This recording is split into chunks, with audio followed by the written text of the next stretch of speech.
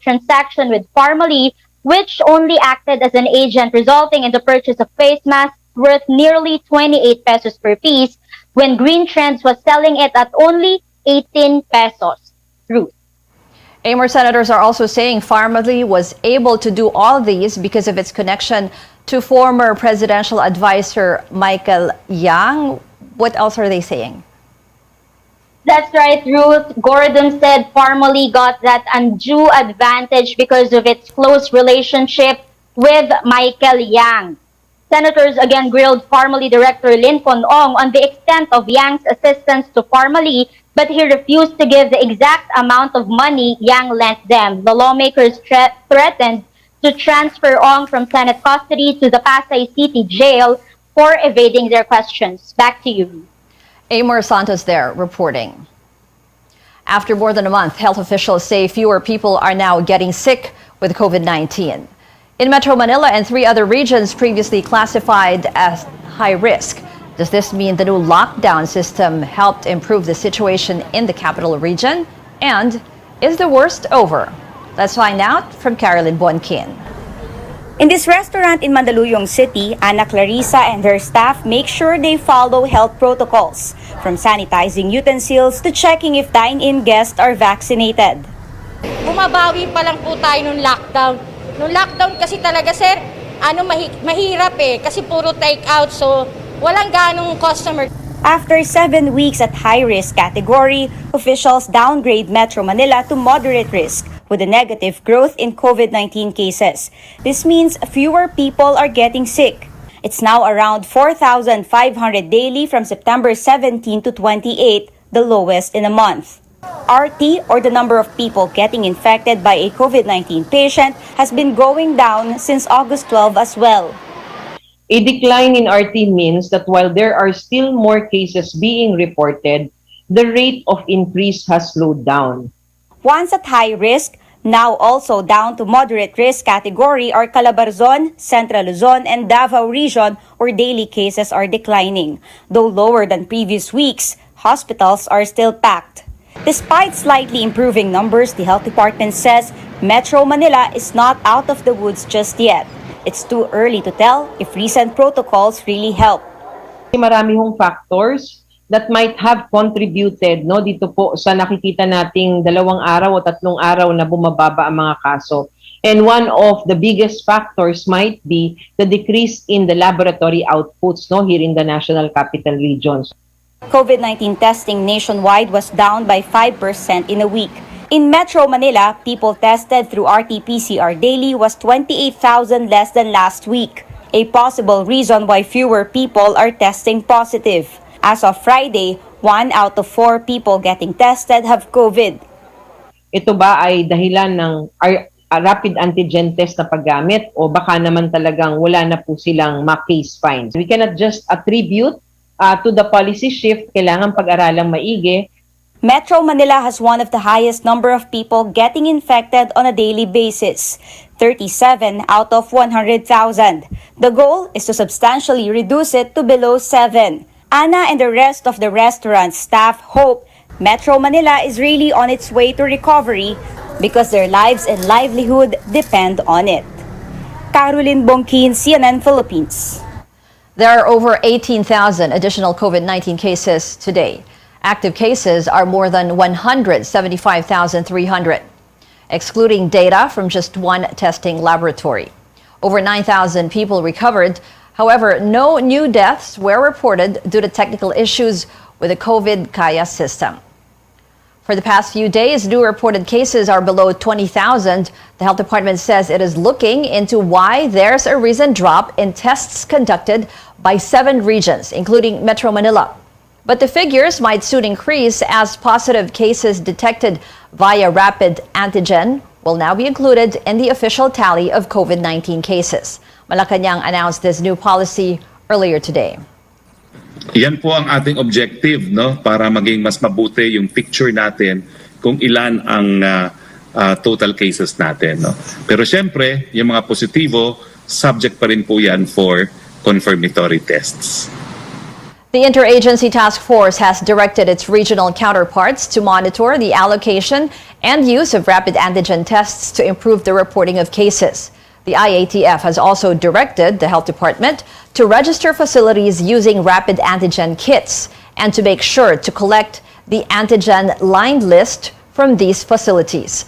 Authorities say the lists and results must be generated and submitted on a daily basis. The Health Department is proposing a simpler and consolidated special allowances for healthcare workers during the COVID-19 pandemic, as the Senate tackles bills that will grant continuing benefits for private and public workers in the health sector. Our George Cahiles has that story. Exhausted healthcare workers have been clamoring for fair and timely release of promised government benefits in the fight against COVID-19. But it seems their plea fell on deaf ears insofar as the 2022 budget is concerned, something the Senate wants to address. In a hearing, the Health Department presented a simpler and consolidated benefit package based on the risk exposure of healthcare workers to COVID-19. Healthcare workers with low risk for COVID-19 exposure will receive 3,000 pesos a month, 6,000 for medium risk, and 9,000 pesos for the high risk. The department expects the benefit to cover more than 526,000 workers, and this would need around 50.5 billion pesos next year. This will be really equitable to the work that they do. So we really support and welcome very much this development of stratifying the risk, the allowance based on risk, and also on the work that they do. Whatever we need for budgeting for this, we can search. It's budget season. I'm sure there are unnecessary funding out there that would best be coursed to this measure. But for Senator Joel Villanueva, it's hard to measure risk exposure. Even if I wanted to support yung low, medium, high, parang hindi po, I'm not sure if I would agree with the basis of determining that risk, because I believe that it would depend on the surges. A health worker also could not help but call out House lawmakers for how they treated the medical professionals in a separate hearing. Finance Committee Chairperson Sonny Angara then cracks a joke to make light of the matter. But Senator Richard Gordon did not take it well. Walang magagalit sa inyo dito. Alam nyo bakit? Kasi nag-log out na si Senator Gordon. Kaya wala nang magagalit sa inyo. I find that offensive, Senator Angara. Please don't joke about that. I realize in retrospect it was quite ill-timed given the current events and what the Senate is investigating. So my apologies, Chairman Gordon. The situation touched a raw nerve in the word war between President Duterte and Gordon, but cooler heads prevailed, with presidential ally Senator Bongo assuring Gordon the president meant no harm in the verbal tussle. Senate leaders say they support measures mandating benefits for healthcare workers and vow to work for their immediate passage. George Cahiles, CNN Philippines. Coming up on Newsnight, next year's budget for the Commission on Elections is left hanging as the Senate delays talks because of conflicts over extending voter registration. Stay tuned to CNN Philippines.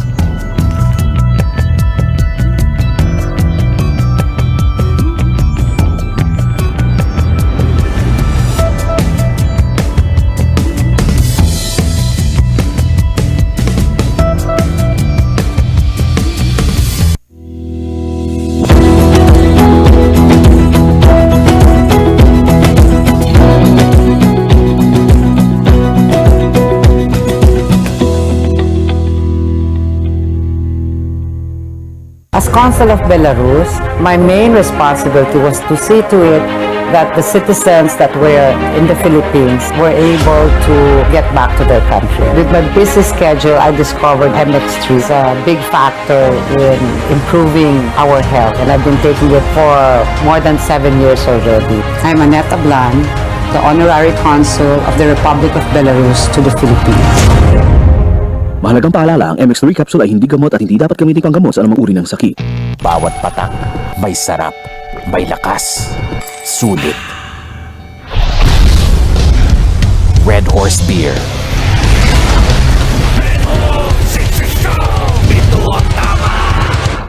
When the world was changing for photographic film, we helped change the world as a pioneer of the digital age.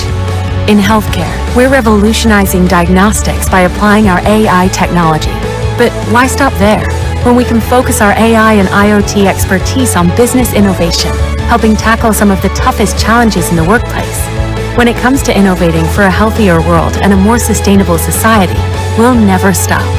Fujifilm, value from innovation.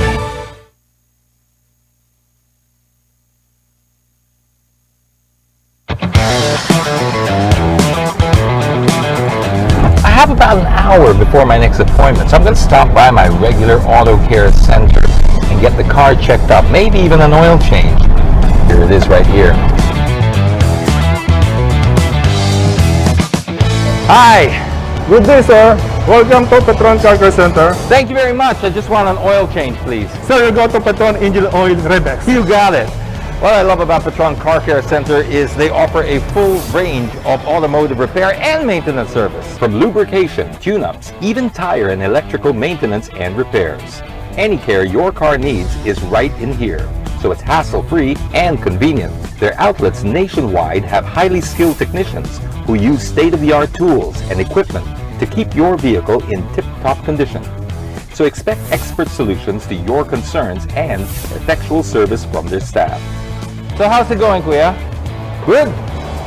With Petron's extensive range of internationally accredited lubricants, both mineral and fully synthetic, the Car Care Center over here, which is your automotive fluid specialist, is your one-stop shop for all your lubricants. Now, it's necessary to have checks and regular oil changes because this has a significant impact on your engine's performance. This is why it's so important to use quality engine oils that are designed to provide ultimate engine protection. Formulated with dynamic cleaning technology that promotes superior engine cleanliness for a more efficient and longer engine life, Petron Redex is my top choice. It has an outstanding oxidation resistance to keep your car's engine healthy and perform exceptionally good. First-rate cleanliness, protection, and maintenance, it's all guaranteed here at Petron. Petron, may kasabay sa lakbay.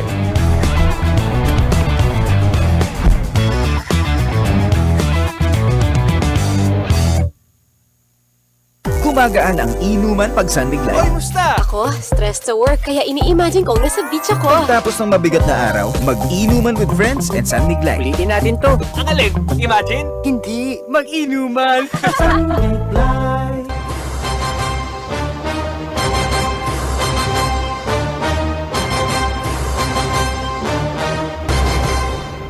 Welcome back to CNN Philippines. The Senate held hostage the 2022 budget of the Commission on Elections. That's after the poll body refused to extend the voter registration period. Our Melissa Lopez has that story. A scolding from senators. That's what officials of the Commission on Elections got in a budget hearing. The supposed 3-hour meeting began on the wrong foot with a faulty slideshow.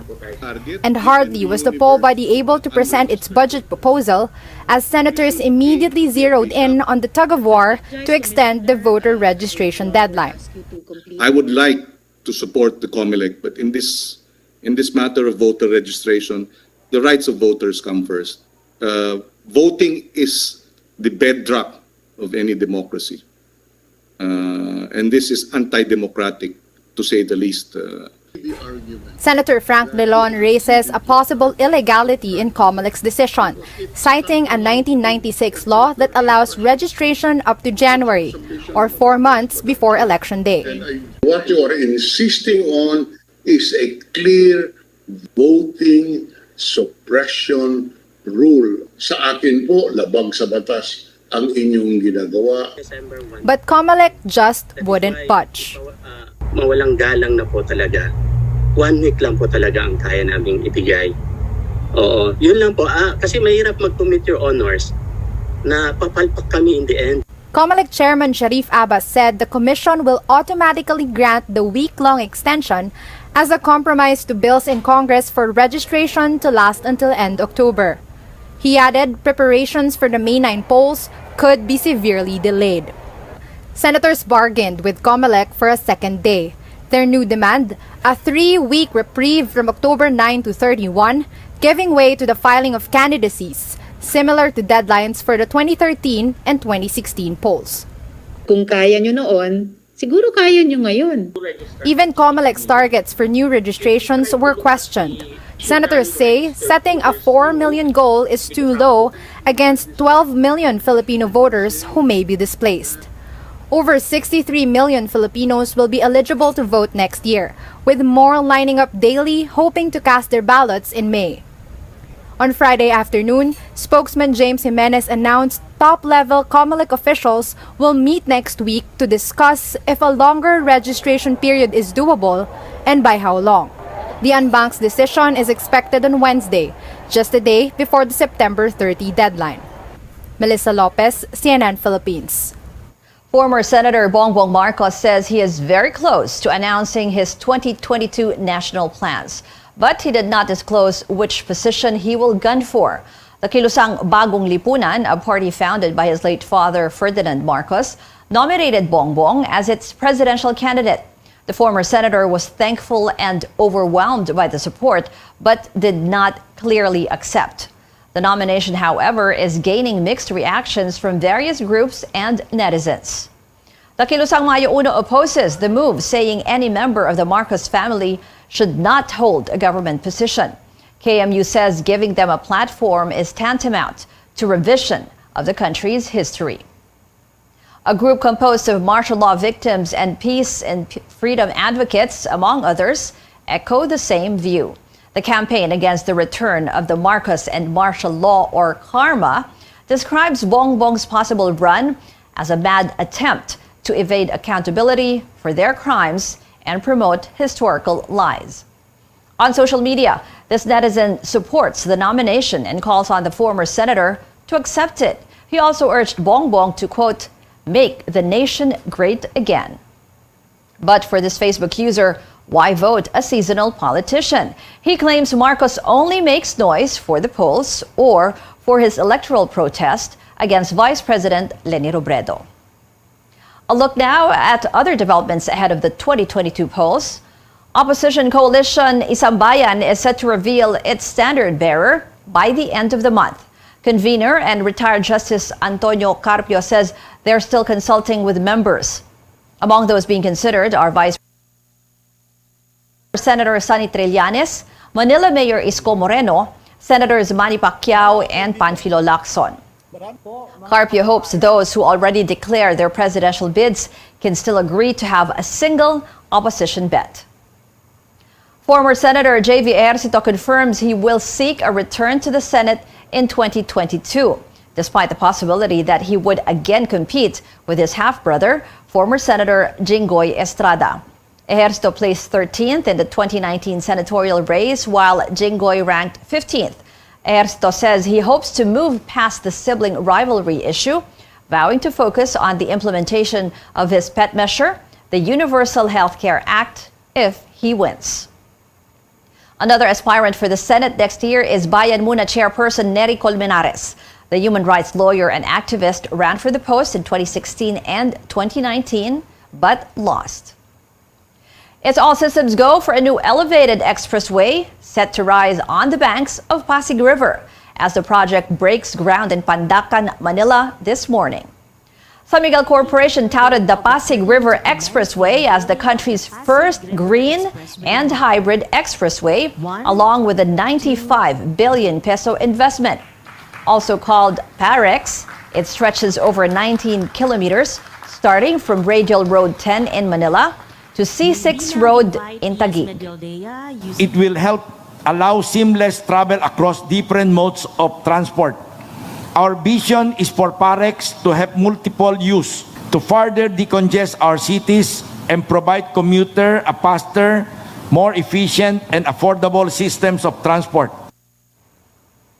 SMC President and Chief Executive Officer Ramon Ang adds PAREX will feature a bus rapid transit system, dedicated bike lanes, and pedestrian walkways. He says he hopes PAREX will provide a future-ready solution to traffic, as well as restore the old glory of Pasig River. Several groups, however, are up in arms against possible harmful effects of the project to the river, but Mr. Ang clarifies PAREX will be built on the easement of Pasig River and will not cover the major waterway. Still ahead on Newsnight, A much anticipated music collaboration between K-pop and rock has already been topping charts after its release today. Details when we return. Stay tuned.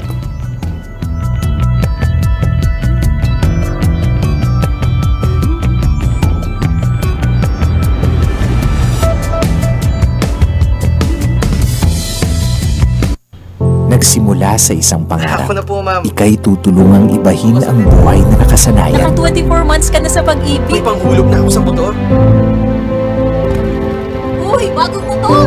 Gagawa ng hakbang para mapaghandaan ng forever. Ingat ka ha. At harap The benefits are boundless for children who take part. There's so many things that they learn as far as improving friendships. They learn how to problem solve. They learn to work as a team. And sports keep kids active, but playing on a team can also be a lot of pressure. So how do you keep your child's head in the game while caring for their mental health? Dr. Stephanie Walsh with Children's Healthcare of Atlanta Strong for Life says focus on fun. Every time their kid runs out on the field, I want the last thing they shout to them to be, have fun. And the first thing they say to them when they come off the field is, I loved watching you play. Practice plays a big part in sports, but Dr. Walsh says pushing a child to practice more can cause resentment and make the child unsure of themselves. You're allowed to say, hey, we made a commitment. Can we talk about why you're feeling that you maybe don't want to practice or you don't want to do some of the things we talked about you doing? And ask them what's going on. Dr. Walsh says follow your child's lead. They may need some downtime. And in sports, like in life, failure is hard, but it allows kids to learn. Make sure that you're not blaming somebody for a loss. A lot of times we always hear kids say, well, the ref was bad, or one of the players didn't do well, and really pushing it off on the fact that sometimes you just lose a game. But learning that lesson is a win in the long run. For Health Minute, I'm Mandy Gaither. Are gonna help us. An amazing display of military heroism during an emergency has gone viral, and rightfully so. Thank you so much. Just as the car Virginia Waller Torres was riding in got stuck in a flash-flooded D.C. roadway, 6 Marines in full dress uniforms appeared, exiting a bus and marching to her aid. We figured it'd be a good idea to just lend a helping hand and help out our fellow Americans. These selfless Samaritans are members of the Marine Corps Body Bearers, an elite unit that performs funeral services at Arlington National Cemetery. The group wasted no time putting their military might on display, pushing the trapped vehicle to safety. This is the most American thing ever. Waller Torres posted the video on TikTok where it took off, racking up more than 4 million views. She later reunited with the Marines at their barracks, sharing high fives, hugs, and heartfelt gratitude. It's just about doing the right thing when no one's looking. Hometown heroes from 2 different Illinois fire departments teamed up to rescue a dog that fell into a 40-foot deep well. Prairie Town fire officials say the dog, named Rico, tumbled down the well while on a walk. They called in help from a neighboring county that brought specialized equipment to rig a pulley system to pull the pup to safety. They later posted pics on Facebook saying it was one of those calls that reminds us why we do this. For Take a Look at This, I'm Jeremy Roth.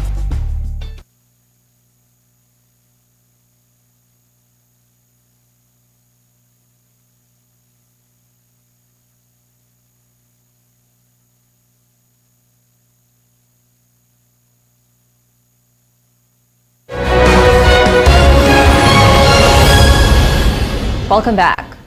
A massive mangrove planting initiative is underway in Bulacan to address the perennial flooding in the province. The program, initiated by a diversified conglomerate, is part of its flood mitigation strategy ahead of its construction of the largest and newest international gateway. Our Tristan Odalo reports.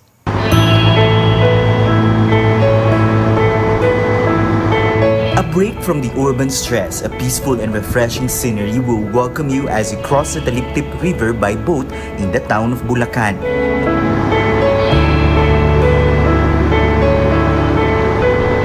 Less than 30 minutes away from the takeoff point, there lies the Bulacan Mangrove Eco Park, a 24-hectare land that is home to rich marine biodiversity. On Friday, residents, local officials, and the San Miguel Corporation team embarked on a journey to plant 1,000 mangrove seedlings. Ngayon po ay nagtanim tayo ng 1,000 mangrove propagules. Dadagdagan natin yung dati na nating naitanim na 6,000. So, gusto po natin na mapanatili ang kaayusan ng mga mangroves dito. Apart from being an effective barrier against flood, the Bulacan Mangrove Eco Park has so much potential. Kasama po sa gagawin natin dito ay ang pagpapaayos nitong kanilang boardwalk dito para yung mga turista po natin ma-appreciate pa rin po at magkakaroon din pala po tayo dito ng nursery para dito na natin kukunin yung mga itatanim natin. Locals who joined the mangrove planting initiative say this is a good reminder for them on the role of mangroves and the need to look after the environment. Ang mangrove planting ay sobrang nakakatulong po sa komunidad namin, lalo na po sa Barangay Taliptip, kasi po natataas po nito ang kaalaman ng bawat isa sa amin kung ano po talaga ang kahalagahan ng mangrove o mga bakawan. San Miguel also eyes to plant more mangroves in other parts of Bulacan, including the town of Paumbong. Thousands of mangrove seedlings were also planted in the towns of Hagonoy and Ubando. Meron din po tayong bubuksan na 80 hectares na Paumbong, San Miguel Paumbong Mangrove Plantation and Sanctuary. 200,000 na mangroves propagules ang ating itatanim at yun po ay talagang malaking mangrove plantation. It is a commitment to improve the lives of Bulacan residents. It means safer homes, livelihood programs, and stepping up efforts to minimize the impact of perennial flooding. Tristan Udalo, CNN Philippines. Now, before we go, the long wait is over for Coldplay and BTS fans as the two groups have finally dropped their single together. The lyric video for My Universe was posted on the British band's YouTube channel, and within the day of its release, the collaboration track has hit 7 million views and now tops the iTunes song chart in 62 countries. But there's still much to look forward to, as Coldplay's label Parlophone Records has hinted that the Dave Meyers directed music video will come very soon. When I'm without you, I'm crazy, child. 손에 손을 잡아. We are made of each other, baby. You are my universe. Just want to put you first. A closer look at how the song was made will also be released on Sunday through the Inside My Universe documentary. We have 92 days more before Christmas, and that's it for tonight. Thank you for watching. I'm Ruth Cabal for Newsnight, where we go above and beyond the headlines. Happy weekend and stay safe.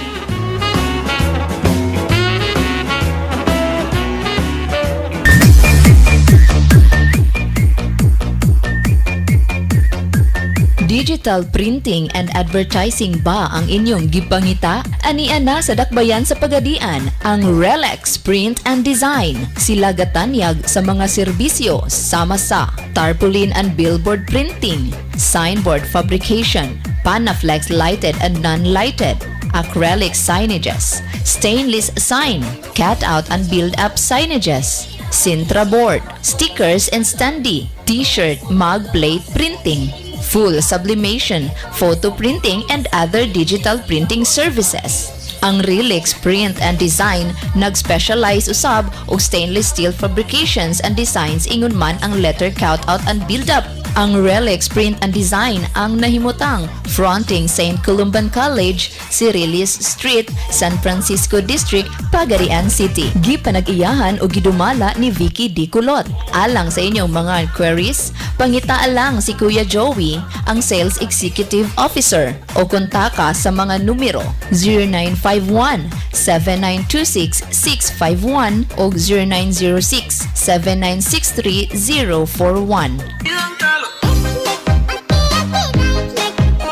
Relix Print and Design, your digital printing and advertising services.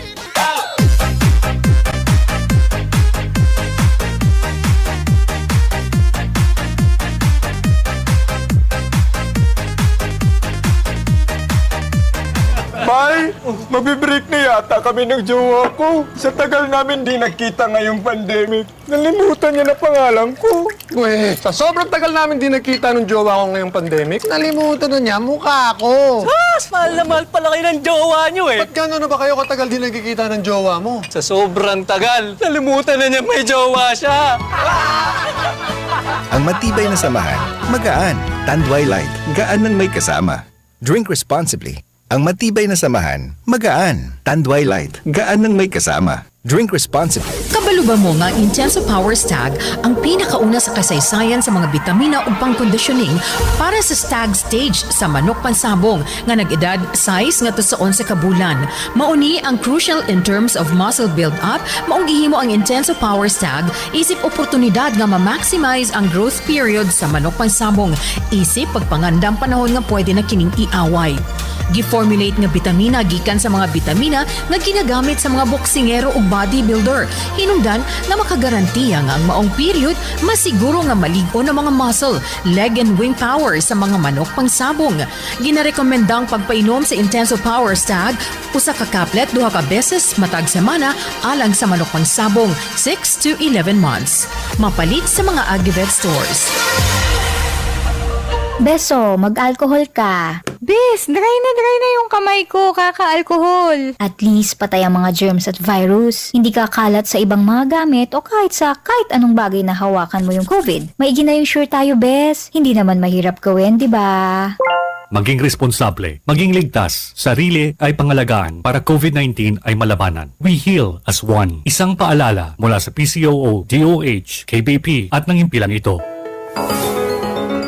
With the rising cases of COVID-19, many of us are once again asked to stay at home, which means less physical activity, sitting too much, and more trips to the refrigerator.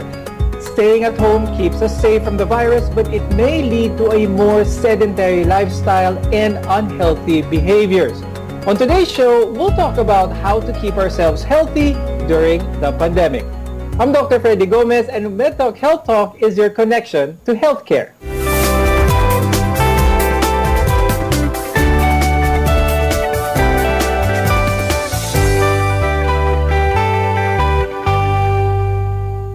We have to do our part to prevent the spread of the virus, but we also have to look out for ourselves.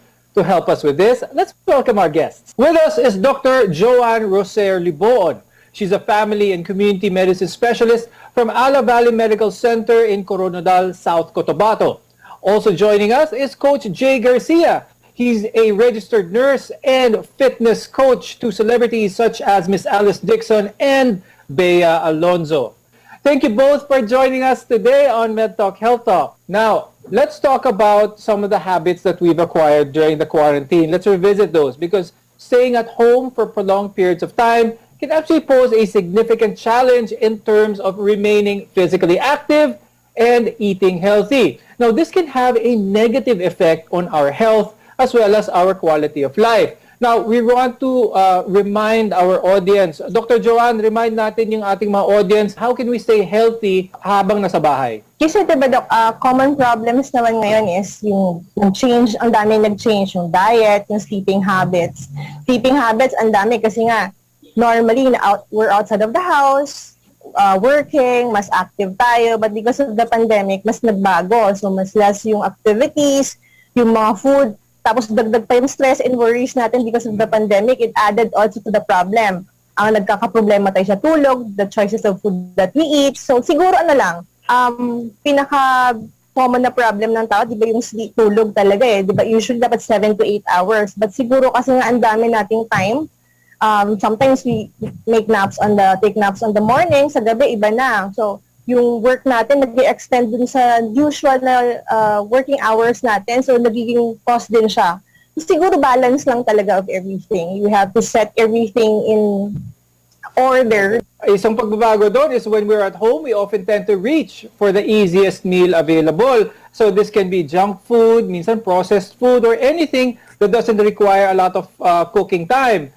Now, the best advice that we can give, of course, is in moderation. Katulad yung sinabi niyo, Doc Joanne, paminsan-minsan is okay, pero dapat merong moderation with that. Now, I'd like to go to Coach Jay. Paalala natin sa ating mga viewers na kung ano ang tamang healthy food items para hindi nila makalimutan ito. Okay, so first of all, if possible, dapat yung food natin is coming from fresh variants. So it may be fresh vegetables or fruits. No, so but during the lockdown period, it's hard to source those. So what we can do is we can go for frozen variants like frozen fruits or vegetables. It may be less in a little amount of nutrition and minerals, but much better option siya than getting processed foods. So eating healthy definitely is important, Coach Jay, no? Pero Yes. marami nagsasabi, dapat ba healthy all the way? What's your opinion on having cheat days? Kasi cheat day is based on a theory. It's a reward-based diet strategy for you to attain a certain fitness goal or diet plan. So the misconception about cheat day is you can eat all you want without limits. Okay? So we need to correct that because cheat day should be also in a fixed time or calculated amount. For example, if I will take soda, it should be, I limit myself for 1 cup or half glass. Why? Because you have to, the discipline and the accountability should still be there. So it will not disrupt your diet plan when you return to it. Oo, so importante talaga may discipline and accountability. Very true. Now, another thing during this pandemic na baka hindi napapansin ng maraming tao is what is called coronasomnia. I'd like to talk about this with Dr. Joanne. Explain natin sa mga viewers kung ano ba itong coronasomnia at ano yung connection nito with the pandemic as well as our ability to get good quality sleep. Again, Doc, diba yung healthy habit of sleeping should be 7 to 8 hours a day. But because of the pandemic, like I've said kanina, parang change lahat. And there are actually studies made regarding this. And yung pinakagrabe na na-identify talaga is actually the anxiety and the stress caused by the pandemic. Kasi diba, at the end of the day, we try to make everything normal naman. Sa umaga, we keep ourselves busy para lang masustain yung life natin. Pero at the end of the day, paggabi, dadating tayo dun sa point na nag-iisip tayo ng problema. Anong mangyayari in the next few days, anong mangyayari sa atin pag tumagal to, and that's where nag-start yung stress. Yung homeostasis, yung normal na function ng katawan, nag-change dun sa stress. So yun yung tinatawag natin na coronasomnia. So dun siya nag-connected yung sleep mo dahil dun sa pandemic, pumapangit lahat kasi nga ang dami nating iniisip. Bukod sa stress, ano ba yung mga ginagawa ng mga Filipinos that may hinder them having a good night's rest? During the pandemic, Doc, diba? Nagbabago lahat. So yung usual natin na routine, hindi na siya pareho yung dati na lumalabas, tatrabaho, tapos yung sipa, yung mga food intake, pwedeng isa din yung reason bakit nag-change. Dapat hindi tayo pwedeng matulog na sobrang busog or gutom kasi at the middle of the night, pwedeng madidisrupt yung sleep natin. Hindi din tayo pwedeng take ng caffeine, alcohol, or anything with nicotine before sleep because it will disrupt our sleep also. That's true. Now, having a good night's sleep, we can't stress this enough. Importante ito, not just for your overall well-being, pero sa recovery ng katawan, especially if you're doing a lot of physical activities. Kaya napaka-importante ang rest and recovery. Coach Jay, ano bang mga tips ang pwede mo bigay sa ating mga viewers for them to have a good quality night's sleep? Of course, you have to plan your day ahead of time. No? So it lessens your anxiety during the day. And of course, set up time to sleep talaga. It's not like you sleep late today, then tomorrow iba na naman. So make patterns for it. Kasi for that, makaka-develop ka ng more healthier habit. A good night's sleep has a lot to do with your overall lifestyle. And that includes being active, which has many health benefits, both physically as well as mentally. Now, when we return, we'll focus on strength training exercises that don't rely on anything but your own body weight. So stay with us. This is MedTalk Health Talk on CNN Philippines, where your care always comes first.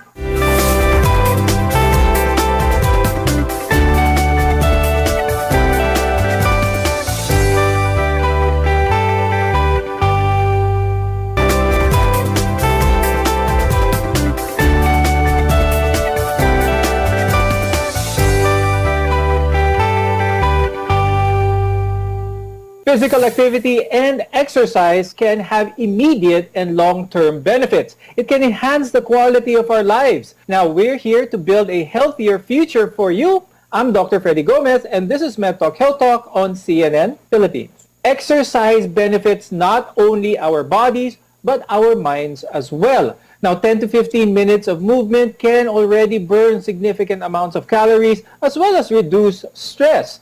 Now, one type of workout that you can do at home is called calisthenics. And all you need is you. Coach Jay, explain natin sa mga viewers kung ano ba itong calisthenics at paano ba ito nakakatulong sa mga tao ngayon? Okay, so calisthenics is a form of strength training conditioning exercise which consists primarily of basic movements like pushing, pulling, squats, rotation, lunges, hinge, and gait patterns. So basically, ginagawa na natin to in our everyday lives, no? So this type of exercises, we usually perform it rhythmically with little to minimal set of equipments. Okay, so ayun yung maganda sa calisthenics, you know, you don't require any fancy equipment, you just need enough space to move. Now, Coach Jay, anong mga benefits na ito? At ito bang calisthenics ay marerecommend mo sa entire age group? So calisthenics is usually used to promote muscular and aerobic conditioning for our body. So it also promotes development of psychomotor skills like balance, agility, and coordination. In terms of recommendation naman, it's for everyone, but of course, any type of exercise before you start it, you have to consult your doctor or a licensed professional coach. Kasi some medications or medical conditions or muscle imbalances may hinder the programming of the calisthenic program. So we might consider some things that might not be good or bad for you. Now, before we move on, let's discuss briefly some of the minimum health and safety protocols again. Dr. Joanne, magandang ma-remind natin ng paulit-ulit ang audience natin about these minimum health protocols. So, apat dapat. Ano yung una? You have to maintain hand washing and hand sanitizing.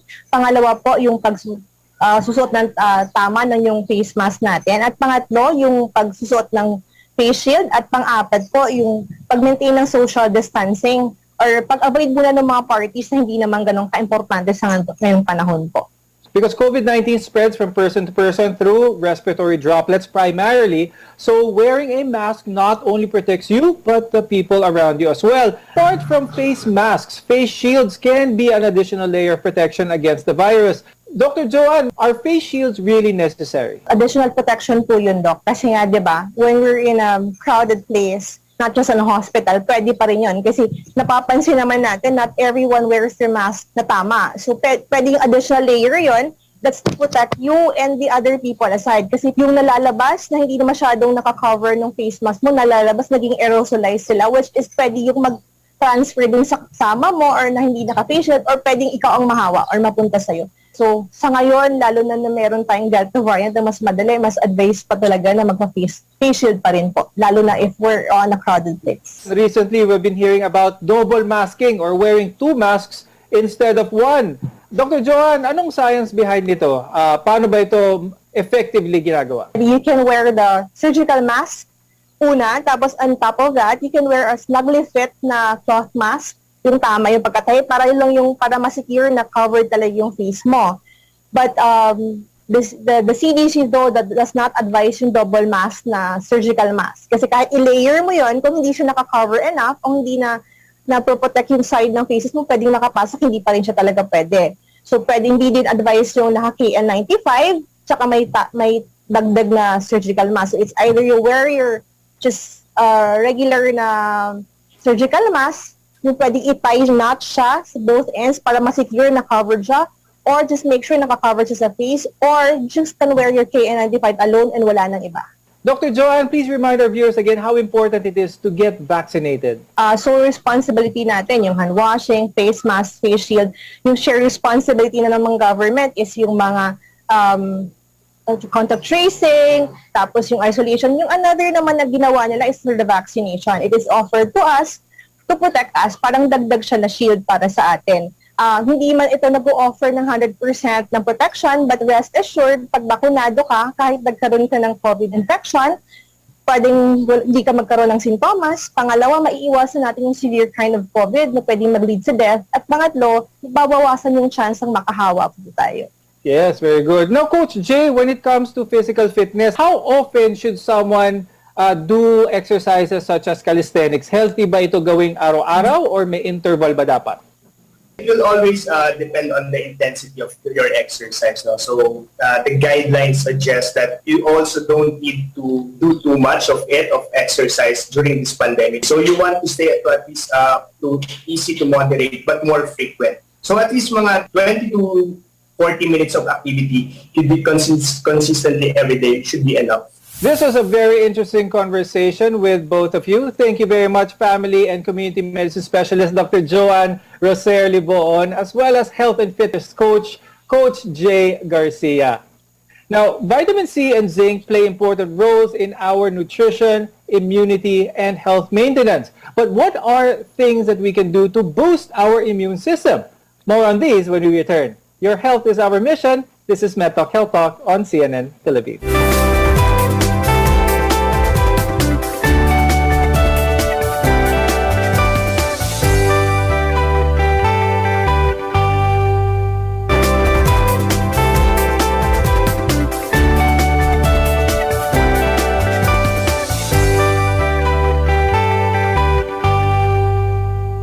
It's been more than a year since the pandemic started, and getting vaccinated should be our top priority, but we should still continue to follow health and safety protocols.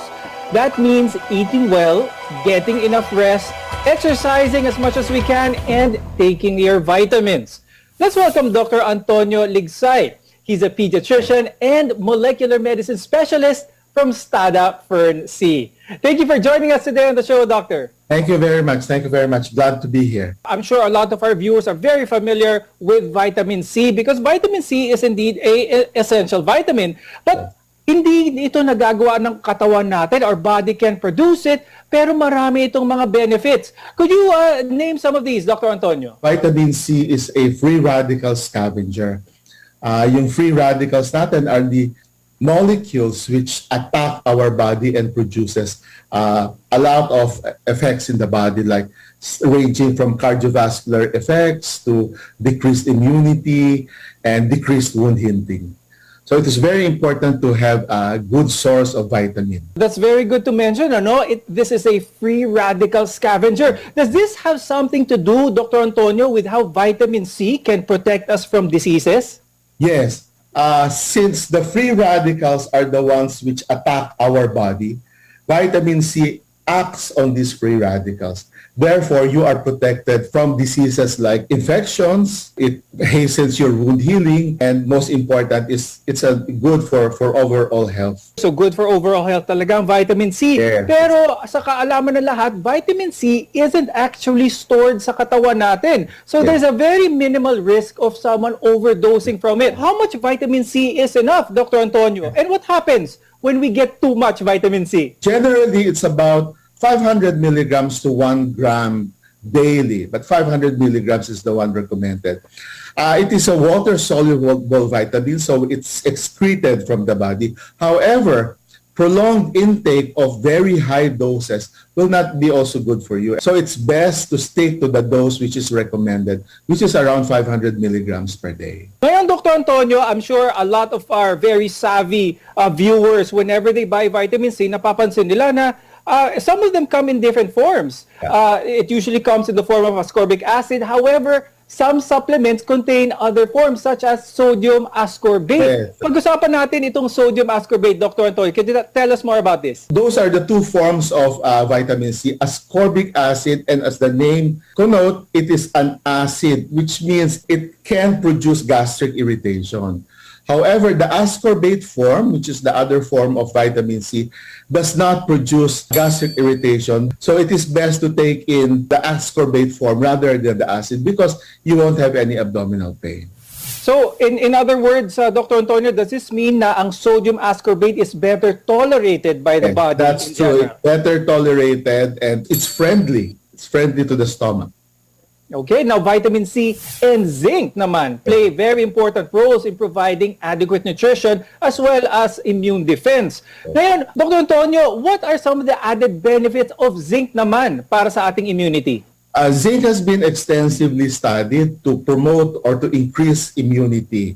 This is very important for what we're experiencing right now during the COVID pandemic. Yes, we do have to get our vaccine, but because of the breakthrough infections that we are experiencing right now, and we see vaccinated people getting COVID again, it is very important that you increase your immunity because this will prevent you from having a more severe form of the infection. So zinc together with vitamin C, act synergistically to boost your immunity. Okay, so marami talagang itong benepisyo ng vitamin C. Although a lot of our viewers maybe take their vitamin C first thing in the morning, yung iba bago matulog, yung iba pagkatapos kumain. Is there a best way, Dr. Antonio, for one to take their vitamin C? It doesn't matter whether you take it in the morning, noontime, or evening, but I always recommend to my patients to take it in the morning. Why? It's because you develop that habit. When you wake up in the morning, the ascorbate form is friendly to your stomach. You can take it right away and have your breakfast. That way, you develop the habit and you don't forget taking your vitamins, your supplements. Okay. Ngayon, Dr. Antonio, huwag natin kalimutan yung mga bata. Ang vitamin C ba with zinc is also good for children? In fact, vitamin C, during the infancy period, we start vitamin C starting at 6 months old. Zinc has been shown to be beneficial for patients with diarrhea. In fact, it is recommended by the World Health Organization to give zinc for 2 weeks after an episode of diarrhea. So this can be given to children even during infancy. Okay. And ngayon, siyempre, uso na ngayon ang cold at flu. Can vitamin C with zinc help prevent the flu or even COVID-19, Dr. Antonio? There are a lot of studies also published in very good journals that vitamin C and zinc does prevent common cold and pneumonia for that matter. For vitamin C, they found that in people who are stressed, they found out that giving vitamin C increases the level and prevents common cold. Zinc, on the other hand, has been shown to prevent pneumonia and decrease the symptoms of pneumonia. So it is very important to take this vitamin and this mineral for our overall health. Okay. So marami talagang sources din ng vitamin C. Let's remind our viewers again, Dr. Antonio, kung ano yung mga good food sources ng vitamin C. We always need to have a good and balanced diet. Vitamin C can be obtained from fruits, from green leafy vegetables. Zinc is from poultry, from seafoods, from shellfish, from grains, and from red meat. So what we're saying is that anything less is bad, anything in excess is bad. So we need to have a balanced diet, and everything I said should be taken in moderate amounts. Very well said. And with that, I'm sure our discussion was very helpful sa ating mga viewers. Thank you very much, Dr. Antonio Ligsay, for joining us today. Getting vaccinated is our #1 protection against COVID-19. But on top of this, we still have to stay healthy and follow minimum health protocols. So remember to eat healthy, exercise, follow social distancing, and wear your mask at all times. We want to be your partner for a lifetime of good health. I'm Dr. Freddy Gomez, and this has been MedTalk Health Talk on CNN Philippines.